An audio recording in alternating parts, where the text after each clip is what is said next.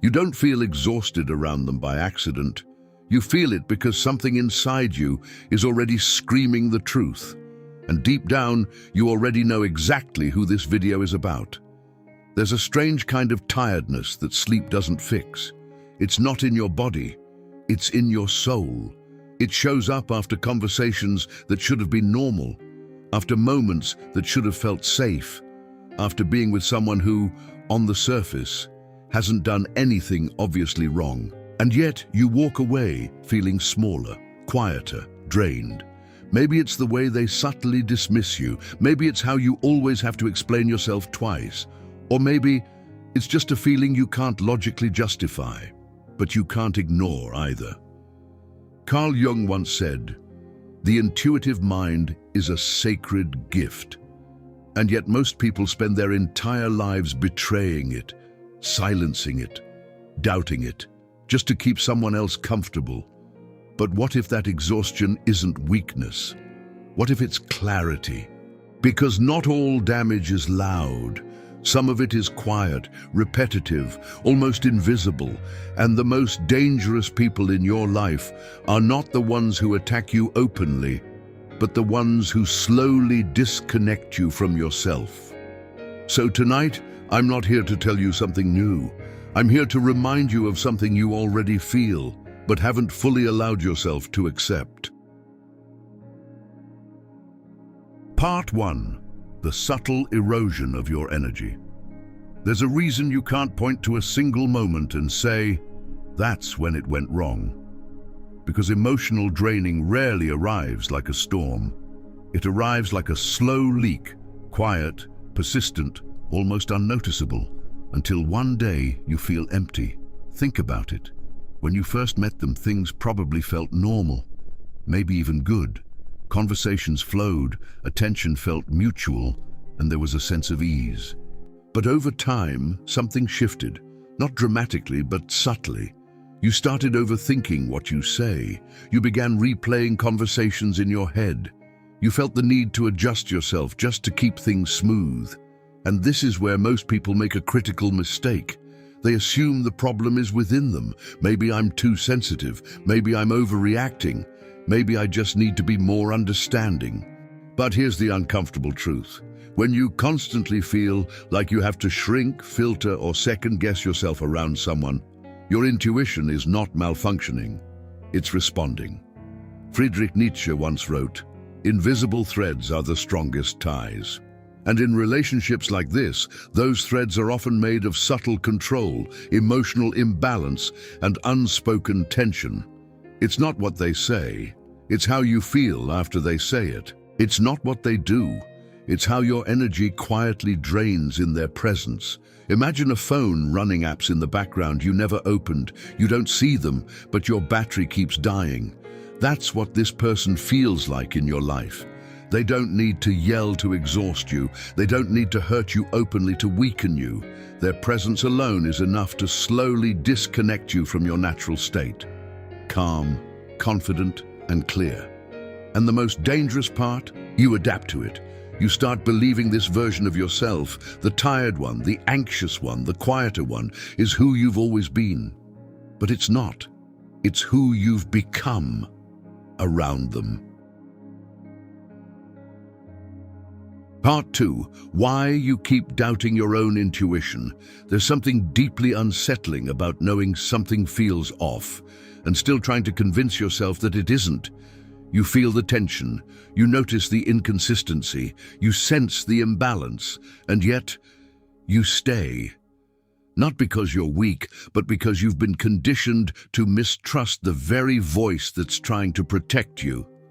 From a young age, most people are taught to prioritize harmony over honesty, to be polite, to give others the benefit of the doubt, to not overreact, and slowly, without realizing it, you begin to disconnect from your instinct in order to maintain peace. But here's the truth most people avoid. Sometimes your intuition doesn't come with evidence. It comes with energy, and energy doesn't lie. Carl Jung once said, "People will do anything, no matter how absurd, to avoid facing their own souls." And part of that avoidance is ignoring the quiet discomfort that doesn't make logical sense, but feels undeniably real. You start asking questions like, am I imagining this? Maybe they didn't mean it like that. Maybe I'm just tired. But notice something. You're always questioning yourself, never the pattern. That's how emotional draining works. It doesn't just take your energy. It takes your clarity. It creates a loop where you feel something, you doubt it, you suppress it, and then you feel it again, even stronger. And over time, that loop becomes your normal. Imagine walking into a room where the air is slightly toxic. Not enough to kill you instantly, but enough to make you feel dizzy, confused, and off balance. You wouldn't immediately collapse, but you also wouldn't feel like yourself. That's what being around the wrong person does to your intuition. It clouds it.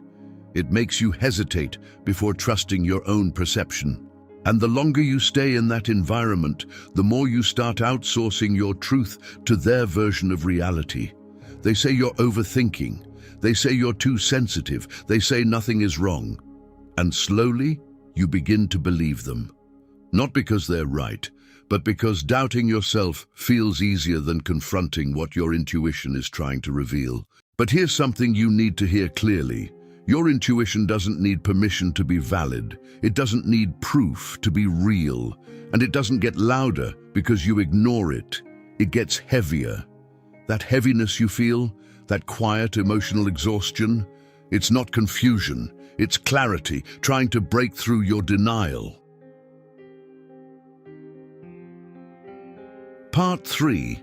The hidden traits of people who drain you without you noticing. The people who drain you the most are rarely obvious. They don't shout. They don't create dramatic chaos. They don't fit the stereotype of someone you should avoid. In fact, if you tried to explain why they exhaust you, you might struggle, because their behavior lives in the gray area. They are just attentive enough to keep you engaged, just distant enough to make you question your worth, just kind enough to make you stay, and just inconsistent enough to keep you emotionally hooked. This is not accidental. It's a pattern. Friedrich Nietzsche once said, "He who fights with monsters should be careful lest he thereby become a monster."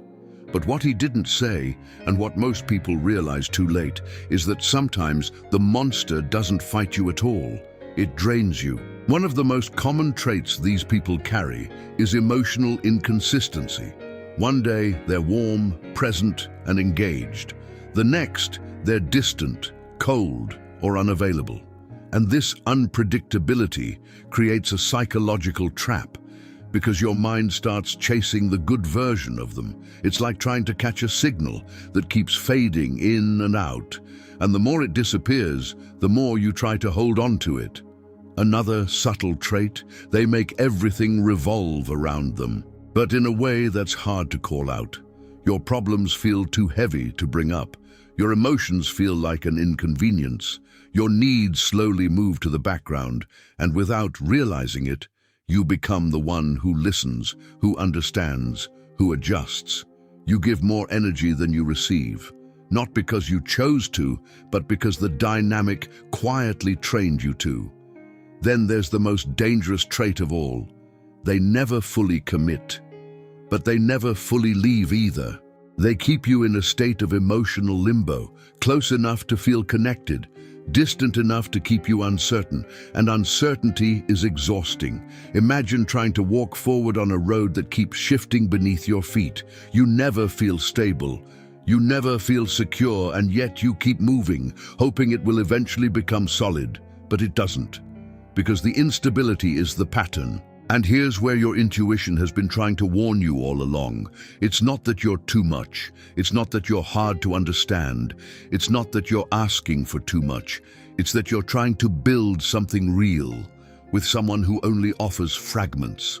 And fragments can never give you peace. They can only keep you searching for it. Part 4. The moment you finally listen to yourself. There comes a quiet moment, not loud, not dramatic, where something inside you simply settles. No more overthinking, no more justifying, no more trying to make sense of what never truly made you feel safe. Just a calm, undeniable knowing, this isn't right for me. And strangely too, it doesn't feel like heartbreak, it feels like relief. Because for so long, the real exhaustion was never just the person, it was the internal battle. The constant negotiation between your intuition and your desire to hold on. The silent debates, the late-night thoughts, the emotional weight of trying to fix something your soul already rejected. But the moment you stop resisting your own truth, something shifts. The noise disappears. Marcus Aurelius once wrote, "You have power over your mind, not outside events. Realize this, and you will find strength." And in this moment, you finally understand what that means. You stop trying to control their behavior. You stop hoping they'll change. You stop needing closure from someone who never gave you clarity. And instead, you return to yourself. At first, it feels unfamiliar.